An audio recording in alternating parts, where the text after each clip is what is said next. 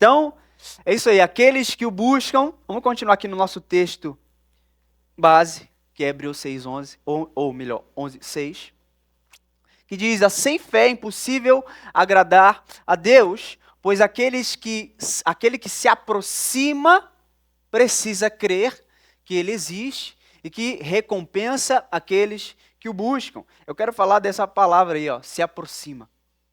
Aproxima, do original grego do Novo Testamento, é proserchomai, que significa vir a aproximar-se, chegar perto de, concordar com.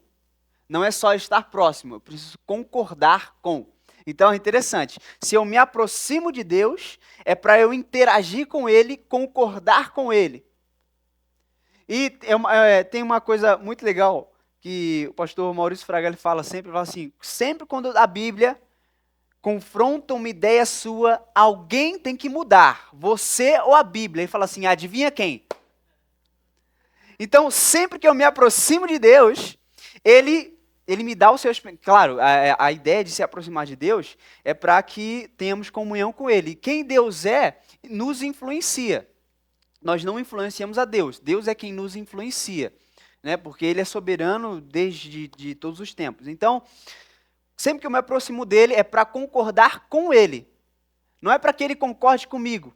Uma coisa que é muito interessante é o relacionamento que as pessoas têm com Deus hoje. É um Deus que nós tínhamos com aquele nosso colega que era um pouco mais bem de vida que a gente. Alguém tinha um colega assim? Eu tinha um colega assim chamado Luquinhas. A gente chamava de Luquinhas, não, mas obviamente era Lucas. Mas chamava de Luquinhas. E o vô dele tinha um bar. Nesse bar tinha doces, né? Balas, pirulitos, um docinho de doce de leite. Não sei se ainda tem hoje. Tem aquele doce de amendoim e tem o doce de leite. Nossa! Se aproximava dele para quê? Para ter o docinho, né? Para ter lá o agrado, né? E tinha lá a tubaína de garrafa, gente, garrafa de vidro. Alguém lembra? Essa era boa, né? Essa de hoje aí, nossa, ruim. Naquele tempo eu tomava porque era boa. Eu nem gosto de refrigerante hoje, nunca gostei, mas eu tomava aquela de garrafa porque, nossa, achava muito boa. Tinha lá no bar do Manu, né? Seu Manu hoje já se foi, está na glória, espero que ele esteja na glória em nome de Jesus. Mas seu Manu tinha lá o bar e o Luquinhas era o neto, né? E se aproximava dele para quê? Pô, Luquinhas, vamos lá no bar do seu avô? Vamos, a gente jogava dominó lá e tudo para ter o docinho lá do bar do Manu. Mas se aproximar de Deus hoje, as pessoas fazem Deus como um amiguinho rico. Um amiguinho que tem as coisas, e eu me aproximo dele, porque eu sei que Deus pode me prosperar. Eu sei que Deus pode suprir a minha necessidade. Eu sei que Deus pode me dar aquele docinho que eu quero. Então, hoje, aproximar-se de Deus é para concordar com Ele, não para que Ele concorde com a minha vontade. Porque Romanos diz, quando nós renovamos a nossa mente, nós experimentamos a vontade de Deus, não a nossa. E por mais que a nossa vontade seja aparentemente boa, quando nós comparamos com a vontade de Deus, nós vemos que, nossa, eu preciso melhorar. E aí eu concordo com Ele, não comigo mesmo. Olha só a palavra prós, olha que interessante, de proserchomai, palavra prós é estar próximo com a intenção de beneficiar. Então nem é eu que sou beneficiado, eu beneficio a Deus. Como assim? Como é que um Deus soberano, criador de todas as coisas, criador de mim mesmo, pode ser beneficiado por mim? A ideia não é eu abençoar a Deus, apesar da Bíblia dizer, bendize, ó minha alma, ao Senhor. Bendizer é abençoar, falar boas palavras de. Então, aliás, bênção do espanhol é bendición, bendizer. Né? Você falar bem de alguém. Então, bem dizer ao Senhor é abençoá-lo, literalmente. E, claro que não é uma coisa que ele precise, mas é uma interação. Nós interagimos com ele. É necessária essa interação. É necessário, como o Rodrigo falou aqui, Deus pode estalar o dedo e transformar a situação. Mas ele quer que nós interajamos com ele. Será que ele existe essa palavra? Interajamos? Não sei. Mas ele quer que nós tenhamos esse relacionamento. Aliás, ele criou o homem exatamente para isso. Deus não precisava de Adão. Você acha que ele precisava? Você acha que Deus precisava de Adão para criar a humanidade? Ele fazia assim, ó, e todo mundo já seria criado. E aí depois ia só, né, com a ordem que ele deu lá. Ia se multiplicando. Ou ele podia, né, de tempo em tempo, quando a pessoa fosse chegando na idade ali, ele criasse outros cidadãos. Eu não falo que nem a menina lá, né, cidadãos. Cidadãos para irmãos, né? Deus ia fazendo tudo que ele faria da forma que ele quisesse, mas ele criou o homem para ter relacionamento. Aliás, era ele quem vinha na viração do dia para ter com o homem. Então Deus criou a gente para ter relacionamento com ele. Aliás, Paulo também diz, né, a gente falou aqui no primeiro culto sobre esse assunto, em Atos 17, diz que Deus criou, Atos 17, 27, criou o homem para que o buscasse. Deus criou tudo que tinha, Deus criou o mundo e os homens tudo e o lugar onde eles habitariam para buscar a Deus. Então, nós precisamos interagir. Então, eu me aproximo de Deus com a intenção de beneficiá-lo, com a intenção de me relacionar com Ele, dele me ouvir e eu ouvi-lo. Outra coisa que acontece muito é o monólogo nas orações, onde eu só falo, peço, até agradeço, até exalto a Deus, mas é só eu que falo. Não tem aquele momento de silêncio onde eu estou ali, sei que Deus está presente, que Ele está falando comigo de alguma forma. Às vezes eu não posso ouvir, mas tenho o testemunho interior, nós temos o mesmo Espírito de Deus, porque aquele que se une com o Senhor se torna um Espírito com Ele, então nós somos um. Então, nesse relacionamento eu não posso só falar, eu tenho que me aproximar de Deus para beneficiá-lo. E como é que eu beneficio a Deus? Obedecendo o que Ele diz, ouvindo a sua voz, querendo cumprir a sua vontade. E aí Ele opera em nós o querer e o realizar. Olha aí, que maravilhoso. Continuando então. Então, aproximar-se de Deus é por quem Ele é, muito mais do que pelo que Ele pode nos dar. Não é errado você se aproximar de Deus buscando alguma coisa. Jesus nos ensina a pedir a Deus e crer que já recebemos. Não posso descartar isso, porque foi Jesus, aliás, foi Jesus quem falou. Mas precisamos nos aproximar de Deus na intenção de interagir com Ele. Não só de chegar ali buscando alguma coisa, mas buscando a Deus. A gente falou aqui semana passada, de buscar, em primeiro lugar, o reino. E as outras coisas são acrescentadas. Legal que em Atos, na igreja primitiva, diz que Deus acrescentava quem ia sendo salvo. Eles só iam sendo igreja, diz que tudo lhes era comum, diz que os mais ricos vendiam coisas para poder suprir os mais necessitados, e eles iam vivendo como igreja na comunhão, e Deus ia acrescentando. Claro que tinha evangelismo, mas naquele tempo também era muito mais, o povo era muito mais adepto à religião do cristianismo. Naquele tempo era muito mais forte. Tinham ídolos, mas o cristianismo era muito mais forte. Tinha pouca ideologia que nem se tem hoje. Então era mais fácil a igreja se reunir e chamar a atenção do povo. Aliás, eles causavam um tumulto só sendo igreja. Eles nem iam para uma praça e, Jesus, não sei o quê, que nem fazem hoje. Só sendo igreja não, né? Só sendo igreja, eles já faziam um alvoroço. O povo ficava bravo com eles. A gente vê a situação de Pedro sendo preso, e o povo falava, você vai sair daqui. Dava um pau nos apóstolos, falando, sai daqui, não fala mais de Jesus. Eles falavam ainda mais. Mas eles viviam a vida de igreja, e Deus ia só acrescentando. Então, buscar em primeiro lugar o nosso Senhor, nosso Salvador, e o resto vem. Vamos falar então da nossa interação com Ele. Aqui em Êxodo 3, de 3 e 4, a gente sabe aqui que no capítulo 1 e 2, no versículo 1 e 2, Moisés estava levando as ovelhas de Jetro, era Jetro, né? Seu sogro, para pastar. Estava pastoreando as ovelhas de seu sogro, e ele estava indo para um lugar. E ele estava indo na direção do Monte Hermon, Monte do Senhor, e ele passou por um lugar e tinha uma sarça pegando fogo. Uma sarça pegando fogo. interessante de sarça, calma aí que eu já falo disso. Não vou me atropelar aqui não. É que eu tenho que organizar as ideias. Mas passou e ele diz assim, ó, que impressionante. Pensou, por que a sarça não se queima? Vou ver isso de perto. Essa palavra, vou ver isso de perto, é uma palavra só e a gente já vai ver ela. O Senhor viu que ele se aproximava para observar e então, do meio da sarça, Deus o chamou. Moisés, Moisés, eis-me aqui, respondeu ele. Olha que legal. Moisés ia passando e ele falou assim, passou a sarça, ficou para trás e falou, opa, peraí, a sarça não tá se consumindo. Ele voltou para ver. Ele se desviou. E olha que legal a palavra, uma palavra só, que como é que é? Eu esqueci a pronúncia, cavel. Desligar. Interessante, né? A palavra significa desligar. Como assim se desligar? Eu estou indo para lá e eu estou me desligando do ponto A. Aqui é o ponto A ou o ponto B. Eu estou me desligando do ponto A para ir para o ponto B. Quem está entendendo?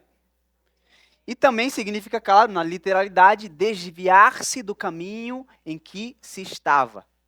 Então ele falou, vou ver isso de perto, vou ir lá perto para ver, porque ele estava afastado. Então ele se desligou de para onde ele estava. E ele podia ter pensado, né? Bom, a sarça está se queimando, mas eu estou pastoreando essas ovelhas, essas cabras, esses cabritos, e eu vou deixar para depois. Posso voltar aqui depois. E colocar as ovelhas em um curral ou em um cercado de pedras, que os pastores desse tempo costumavam fazer isso também, levar as ovelhas para um lugar e colocava assim pedras em volta, podia colocar lá elas em segurança e depois ir voltar para ver o que estava acontecendo.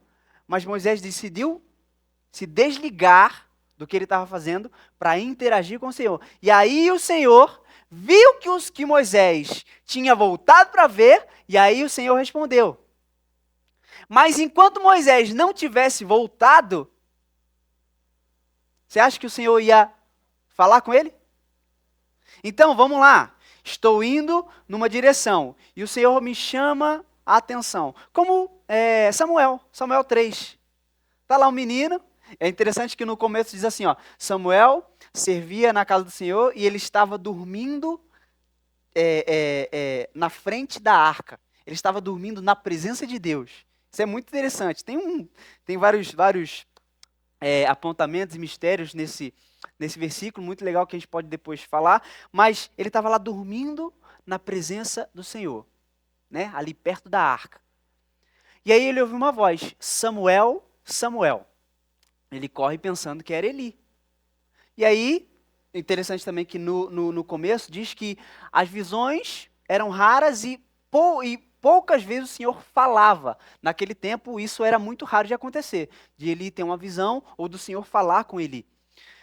E chamou Samuel, Samuel. E ele foi correndo para Eli. Senhor, o Senhor me chamou? Ele falou, filho, não te chamei, volta a dormir. E isso aconteceu por 3 vezes. Na terceira vez, Samuel entendeu. Samuel falou assim, cara, é o Senhor que está chamando, ou melhor, ele falou, é o Senhor que está chamando Samuel. Ele falou assim, volta a deitar e quando você ouvir a voz, fala assim, eis-me aqui, Senhor, teu servo ouve. E aí sim, na terceira vez chamou Samuel, Samuel, e aí ele acordou e falou, eis-me aqui, Senhor, fala que teu servo ouve. Então, provavelmente ele não estava entendendo o que estava acontecendo, ele só obedeceu o que Eli, que era o seu pai, falou. E aí o Senhor respondeu, o Senhor revelou a ele o que o Senhor iria fazer. Então veja bem, mais uma vez, se Samuel fosse mais uma vez até Eli, o Senhor ia continuar só com Samuel. Ele não ia falar, Samuel, peraí, não vai para Eli não, sou eu que estou te chamando. Ele não ia fazer isso. Enquanto Samuel não interagiu novamente com o Senhor não ia falar de novo com ele. Estão entendendo? Então essa interação nossa com ele é necessária. Eu me aproximo de Deus para poder interagir com ele. Me aproximo de Deus. E é legal que no Salmo 25, 14, a gente vai ler. Diz que a intimidade do Senhor é para os que o temem, os quais dará a conhecer a sua aliança, os seus segredos. Então, desviar-se do caminho. Moisés estava indo, sarça pegou fogo. Estava pegando lá, flamejando. E ele falou, caramba, não está se consumindo, vou voltar para ver. Então vou voltar para interagir com essa sarça. Ele também não sabia que era Deus. Mas aí Deus vai e fala, sou eu. Ele já fala, ó, tira a sandália aí, que o lugar que você está pisando é santo, porque eu estou nesse lugar. Então, é isso aí. Tiago 4,8 também diz, aproximem-se de Deus e Ele se aproximará de vocês. Então, primeiro eu me aproximo. Então, Deus se aproxima também. Porque, mais uma vez, gente, o Senhor deseja, de todo o coração, interagir com a gente, ter intimidade com a gente. Mais do que a gente deseja com Ele. Porque, para pensar como é fácil trocar o tempo com o Senhor com o tempo com alguma outra coisa. Claro que isso está ligado ao tempo que vivemos também, né? O tempo de tela que a gente tem, o tempo com outras ocupações que a gente tem, né? Nas próprias redes sociais tem lá um algoritmo que vai te lançando só o que você gosta, o que você mais... Se você gasta, sei lá, 1 ou 2 segundos em um vídeo, o próximo que você subir vai ser idêntico, vai ser igual, vai ter a mesma ideia. Se você subisse de uma vez, nem ia ser. Então, tipo assim, tudo está nos chamando a atenção, tudo está querendo a nossa atenção. No mundo, há muitas vozes e nenhuma delas sem sentido. Apesar de Paulo ali estar falando dos dons espirituais, né, de profetizar, de interpretação de línguas, isso cabe nessa interpretação de dizer que no mundo tem muitas vozes que querem a nossa atenção, só que a voz que nós precisamos ouvir é a voz do Filho. Ele disse, esse é o meu Filho amado, a Ele ouvi. Não tente fazer da sua forma, mas ouça o Filho, ouça Jesus. Hebreus 1, por muito tempo falou-nos o Senhor de várias formas, hoje nos fala pelo Filho. Vamos continuar então. Salmo 119, 18. Abre os meus olhos, para que eu veja as maravilhas da tua lei. Veja bem, o Senhor é quem me abre os olhos, para que eu veja as maravilhas da palavra.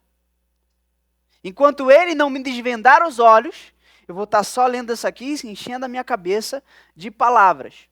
Mas quando eu tenho essa interação com Ele, Senhor, eu me sento para ler e eu falo, Senhor, abre os meus olhos, me dá entendimento da sua palavra, para que eu possa contemplar a sua lei, ver as maravilhas da sua lei, as maravilhas da sua palavra.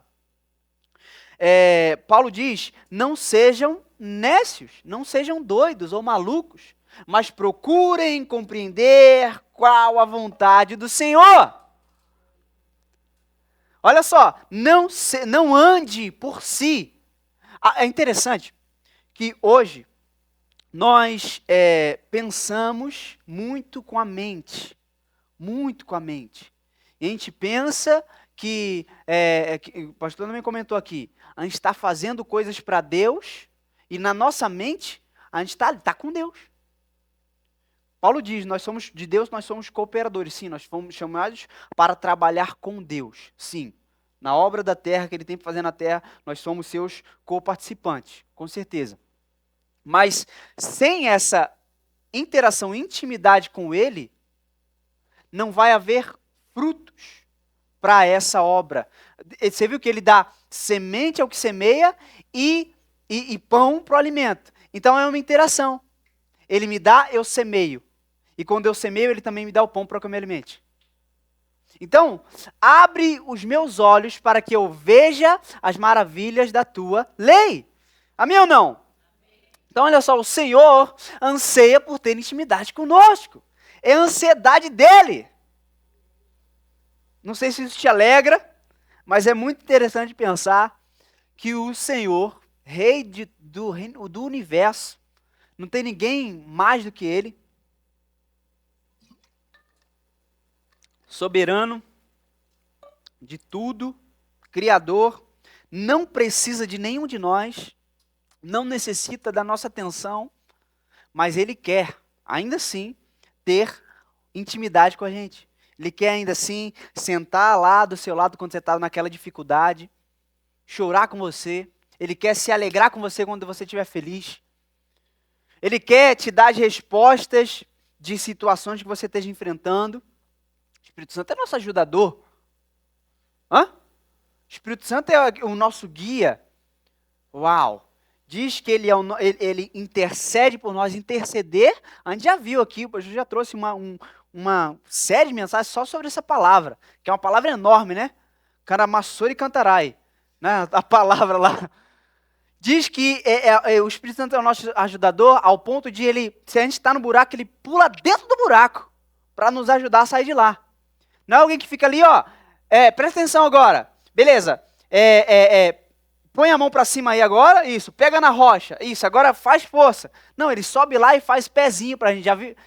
Quando era criança fazia isso, né? A bola caía na casa da vizinha, para entrar lá tinha que fazer pezinho pro amigo pegar, não era isso? Alguém já fez isso? Não. Só eu? Não. Aí, caramba, Karina aí, tá vendo? Karina já fez. Então, o Espírito Santo, ele entra no lugar e nos ajuda a sair. E qualquer situação, ele está para nos ajudar. Então, ele quer ter essa interação. Mas é interessante também que da Trindade, o Espírito Santo é o mais ignorado. Já ouviu falar disso? Na atualidade, o Espírito Santo ele é o cara mais ignorado. Jesus amado, né, Vê? Jesus amado. Alguém que nos ama, que tem tudo para nos ajudar, que, cara, tem as melhores direções. Deixa eu contar um testemunho para vocês aqui. Eu fui fazer, não me lembro qual foi o ano, acho que foi 2022, foi ano passado ou foi 23 ou 22. Fui lá fazer minha prova supletivo, para poder concluir o ensino médio. E, gente, eu estudei, assim, bem por cima, confesso para vocês. Eu estudei assim, não estudei com vontade de passar. Tinha aula que eu só escutava, colocava lá, ficava escutando, entendi. Tinha outras que eu de fato anotava, né, como as aulas de matemática, geografia, que eu anotava, estudava de fato, mas outras que eu não estudei tanto assim. Só que no dia da prova, né, eu estava ali com uma convicção de que o Espírito Santo ia me ajudar a fazer uma boa prova, fazer a redação. Redação, eu não fiz rascunhos, que é o que se faz, né? Pelo menos é o que você deveria fazer para você fazer ali um ensaio, uma redação e tudo mais. Você não sabia o tema, mas o tema que me deram lá foi até sobre roupas descartadas, né? As roupas o resto das roupas que são descartadas, né? Tem lá o corte, tem lá, fica lá, e tem que descartar bastante roupa, bastante retalho, até roupas inteiras, né? Tava lá no contexto da redação que eu tinha que fazer. E não fazia ideia do que escrever. Caramba, que isso? Aí falava de onde jogava, o problema que causava, mas o que eu vou falar aqui? E aí eu comecei a escrever, se eu não me engano, eu tirei 9 na redação. Falei, nossa, uau, quem diria?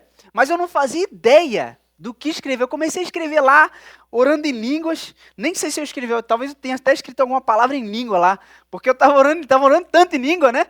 Enquanto eu fazia lá a redação e falava, Espírito Santo, meu Deus, me dá as palavras aqui que eu não sei. Não faço ideia desse assunto, nunca li sobre esse assunto, né? Nem sabia que era descartado num deserto, acho que perto do Chile. Não é isso? Num deserto lá perto do Chile, descartaram um monte de toneladas de roupas lá, né? E tinha até algumas pessoas que iam lá, pegavam, mas, nossa, uau. E tirei uma boa nota. Né, sem contar a prova no sentido geral. E só que, por que eu sei que isso aconteceu? Porque na escola bíblica, em toda a prova, eu me lembrava que sempre quem estava lá fazendo a introdução ali à prova, falava assim, você tem o Espírito Santo que vai te ajudar em cada resposta. Eu falava, bacana, entendi. E ali eu estava não como hoje, né? Mas estava começando a entender o que era interagir com o Espírito Santo. E aí eu ia ali, lia a pergunta, e estava lá a alternativa, né? Que era de múltipla escolha para fazer. E tinha algumas frases que tinha que completar o versículo. Então eu falava, Espírito Santo, vamos lá, eu não posso usar a Bíblia, eu não posso usar o celular, né? Porque não podia trapacear. Aliás, também estava na igreja. Então, tinha que, né?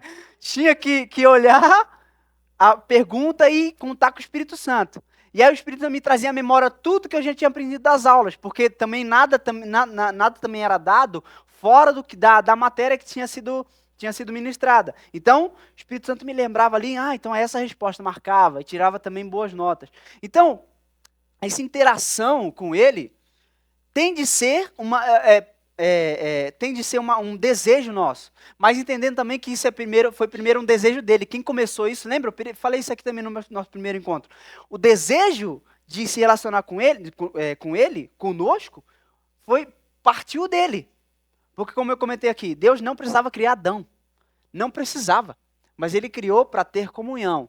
E ali, a partir disso, ele falou, agora você vai ter domínio sobre tudo, você vai se multiplicar, você vai ser alguém aí que vai governar a terra. Está tudo sobre o seu domínio. Mas toda a viração do dia o Senhor vinha ter comunhão com ele. E esse é o anseio dele. Por quê? Por quê Deus quer ter um relacionamento com a gente? Alguém sabe responder? Uau! Resposta certa! Por amor! É isso aí. Porque ele nos ama. Porque Deus é amor. Não tem, ele é amor. E porque ele é amor, sabe, e outra, ele não estava cansado. Tem esses anjos, tudo. A história de não precisar dos homens é exatamente isso. Deus está lá no seu trono, gente. Tem anjos que estão lá rodando ele, cantando um cântico, tipo assim, eterno. Eles nunca pararam e nunca vão parar de dizer: Santo, Santo, Santo é o Senhor dos exércitos, que se assenta no trono e tudo mais, de ver isso em Apocalipse. E estão lá cantando o tempo todo. Então Deus tem adoração lá o tempo todo. Tem música lá, tem os 24 anciões que se prostram, colocam as suas coroas aos pés do Senhor dos senhores. Então, não é que ele estava lá, esses anjos aqui só canta isso. Eu preciso de dessas pessoas que cantem outras canções para mim. Não, Deus não teve essa epifania um dia. Não, ele criou o homem para ter relacionamento com ele, para governar a terra. Ele diz, os céus são os céus do Senhor, mas a terra deu aos filhos dos homens. Entende? Então tem um propósito na criação também.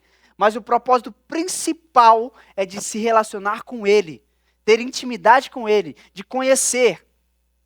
Aliás, quando o pastor ministrava aqui, eu lembrei do verso de Daniel. Deixa eu ver se eu me lembro aqui onde é que ele está. Daniel diz que o povo que conhece seu Deus será forte. Vamos lá? Alguém me ajuda? Daniel, acho que é o capítulo 11.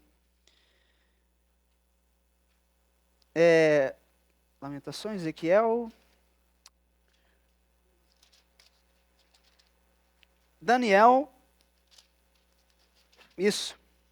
Capítulo 11, 32, isso aí, ó. Quem está falando dos últimos tempos, do anticristo, que estava lá fazendo as suas bagunças, e diz que com lisonjas corromperá aqueles que tiverem violado a aliança, mas o povo que conhece o seu Deus resistirá com firmeza. Na tradução RA diz que o povo será ativo, não é isso? O povo que conhece o seu Deus será ativo, não vai ser enganado, vai ser forte, vai ser ativo. Então por quê? Mas está ali, o povo que conhece o seu Deus. A palavra conhecer e ter intimidade com ele. Amém, gente? Amém. Salmo 25:14, olha aí, ó. A intimidade do Senhor é para os que o temem, aos quais dará a conhecer a sua aliança. Intimidade, gente. Segredos. Deus, ele tem segredos. Porque, eu não sei se é Salomão quem diz, ou é Jesus, ele fala assim que a glória de Deus é esconder as coisas, e a glória dos reis é procurá-las. Então Deus tem segredos, como eu disse também aqui, no nosso primeiro encontro, mais uma vez trazendo, que enquanto a gente adorava, eu vi uma voz que diz que na presença de Deus há tesouros. E como todo tesouro, ele está escondido. E a gente precisa procurar. A gente foi cantar do seu lado, procura esse tesouro. Procura esse tesouro. Agora deixa eu falar disso aqui com vocês, ó. O hedonismo cristão. Cara, isso aqui é muito legal. Hedonismo uma doutrina da filosofia. Começou lá com os filósofos, que a gente falou também do primeiro culto, lá com os filósofos epicureus. Aliás, epicureus é por causa de um homem chamado Epicuro, que ele começou a doutrinar, e as doutrinas deles eram chamadas de epicuras. Então, doutrinas dos filósofos. Hedonismo significa a busca pelo prazer.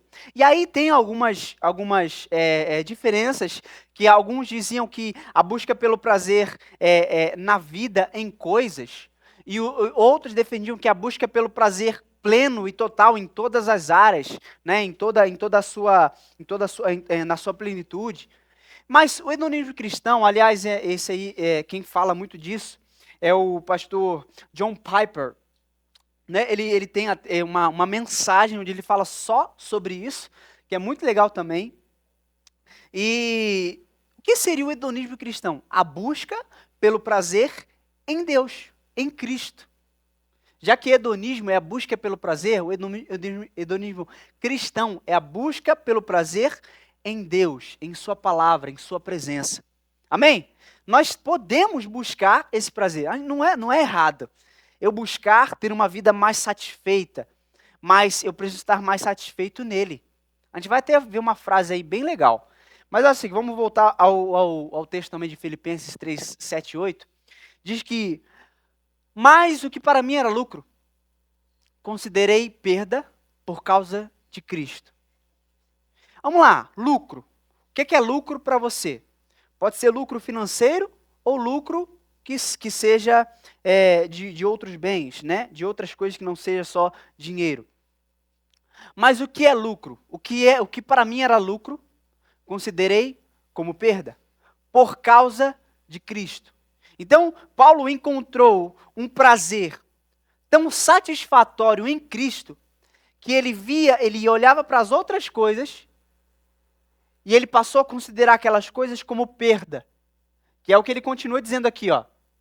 Sim, deveras considero tudo como perda por causa da sublimidade do conhecimento de Cristo Jesus, meu Senhor, por amor do qual perdi todas as coisas e as considero como refúgio para ganhar a Cristo. Para ganhar a Cristo. Olha que maravilha. Então, eu considero tudo como perda para ganhar a Cristo. Porque, mais uma vez, Paulo encontrou em Cristo uma satisfação tão completa, tão plena, como Davi falou do Salmo 16, 11. Na presença de Deus, a plenitude de alegria e delícias perpétuas, delícias para a eternidade. Paulo encontrou isso em Deus. Ele chega a dizer aos Gálatas que ele morreu para a lei e a vida que ele tem agora, ele vive pela fé no Filho de Deus. Eu não vivo mais para mim, agora eu vivo para Cristo. Ele diz também no capítulo 1 de Filipenses, que ele diz que o morrer é lucro e o viver é Cristo. E ele está falando da mesma coisa, porque ele fala que se ele morresse, ele ia direto para a glória. E ele fala que se ele continuasse vivendo também, ia ser também Cristo Jesus. Então ele diz que tudo considera como perda. Mais uma vez, Paulo encontrou em Cristo. Ou melhor, Paulo encontrou a Cristo. Não é que está nele. Ele é a fonte do prazer. Ele é a fonte inesgotável de tudo que a gente precisa. Salmo 63, 1. Trazendo mais uma vez o verso. Ó Deus, tu és o meu Deus forte. Eu te busco ansiosamente. A minha alma tem sede de ti. Meu corpo te almeja como terra árida, exausta, sem água. Olha só o que Davi está falando aqui, gente, pra gente. Ó Deus, tu és o meu Deus forte, e eu te busco ansiosamente. A minha alma tem sede de ti, meu corpo te almeja, como terra árida, exausta, sem água. Isso é construído, gente. Isso é edificado em nós através de um relacionamento. Aliás, Davi é um homem chamado segundo o coração de Deus, não é porque ele era rápido de se arrepender. Porque muitas pessoas são rápidas em se arrepender. Muitas pessoas, nossa, mas muito rápido, que nem errou ainda já está pedindo perdão. Né? Mas Davi era um homem segundo o coração de Deus por causa da paixão pela presença que ele tinha. Aliás, a tenda que o Senhor fala que vai restaurar através do profeta Amós é a tenda de Davi. Aliás, que era uma tenda, né? Nem era uma coisa muito exuberante, como o tabernáculo de Moisés, que foi, cara, que foi assim, muito detalhadamente dado por Deus. Não é como o templo de Salomão, que uau, só de ler na Bíblia, com a imaginação você vê aquela coisa, sim, maravilhosa. E a tenda, ela era tão simples, que Davi até falava, eu moro numa casa tão exuberante, e o Senhor mora nessa tenda. Então, mas por que o Senhor vai restaurar a tenda de Davi e não o tabernáculo de Moisés ou o templo de Salomão? Por causa do coração de Davi. Porque Davi tinha um coração que era voltado para a presença de Deus. Primeira coisa que Davi fez quando assumiu o governo foi o quê? Trazer a presença de Deus, que era a Arca da Aliança. Em tudo que Davi ia fazer, ele consultava ao Senhor. Na própria, como ele tinha ramelado lá, com Batseba, ele ficou, acho que foram 3 ou foram 7 dias em jejum. 7 dias em jejum, só na água ali, prostrado, pedindo pelo Senhor, Senhor, não leva, não leva, não leva, não leva, não leva. Foi levado, porque também não tinha jeito. Natan já tinha falado. Mas, mesmo diante daquela atrocidade que ele fez, ele foi buscar o Senhor. Ele não correu para longe. Ele até ora, Senhor, não retire de mim o seu espírito. Não retire de sobre mim o seu espírito. Né? E ele até declara, né? É uma revelação que ele tem. O Senhor não resiste a um coração contrito e quebrantado.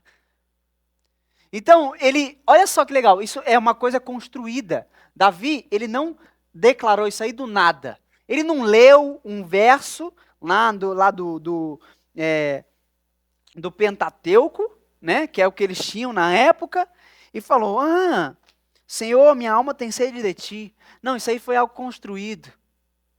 Foi algo construído. Aliás, quando Samuel foi lá ungir o novo rei, porque ele tinha rejeitado Saul, Samuel falou assim, eu não vejo aparência, eu vejo coração.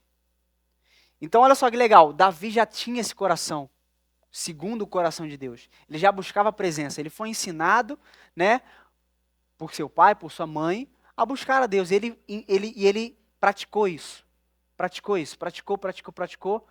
Escreveu o Salmo 23, aliás, acho que são, com certeza, mais da metade são atribuídos a Davi. E tem aqueles que são sem autoria, né? Que não, a Bíblia não traz uma autoria de alguns salmos, que, sei lá, talvez seja de Davi também, mas a maioria dos salmos é atribuída a Davi. Por quê? Porque ele construiu isso, e ele chega nessa conclusão, onde ele diz, eu te busco ansiosamente. Buscar a Deus de forma ansiosa. A minha alma tem sede de ti, meu corpo te almeja, como terra árida sem água. Exausta sem água. Amém, gente? Então, é uma coisa construída. Agora, anota essa, ó. Deus é mais glorificado em nós quando somos mais satisfeitos nele. Essa frase também é de John Piper. Onde ele diz que Deus é mais glorificado em nós quando somos mais satisfeitos nele. Deus não vai ser mais glorificado em você quando você tiver mais riquezas, mas quando você for mais satisfeito nele, considerando tudo como perda. Agora, também não é você considerar tudo como perda e viver largado e pelado. Não é que nem aquela série que tem lá, né? Você agora se tornar um sobrevivente para o meio do mato e falar, Senhor, só o Senhor me satisfaz. Não, nós necessitamos ainda viver no tempo que vivemos e está tudo certo.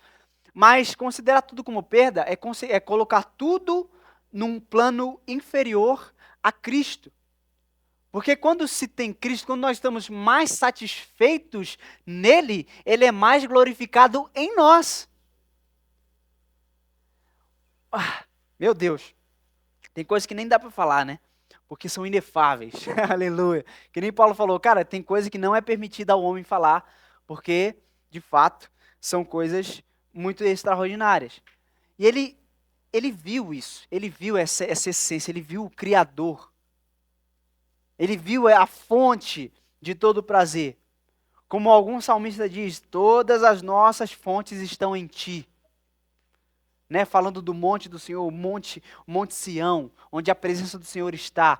Todas as minhas fontes estão em ti. Nossa fonte é Ele. Mais uma vez, concluindo aqui com o Salmo 16, 11, onde ele diz, tu me farás ver. Olha a interação. O Senhor é que nos faz ver. Para Ele me fazer ver, eu preciso estar no relacionamento com Ele.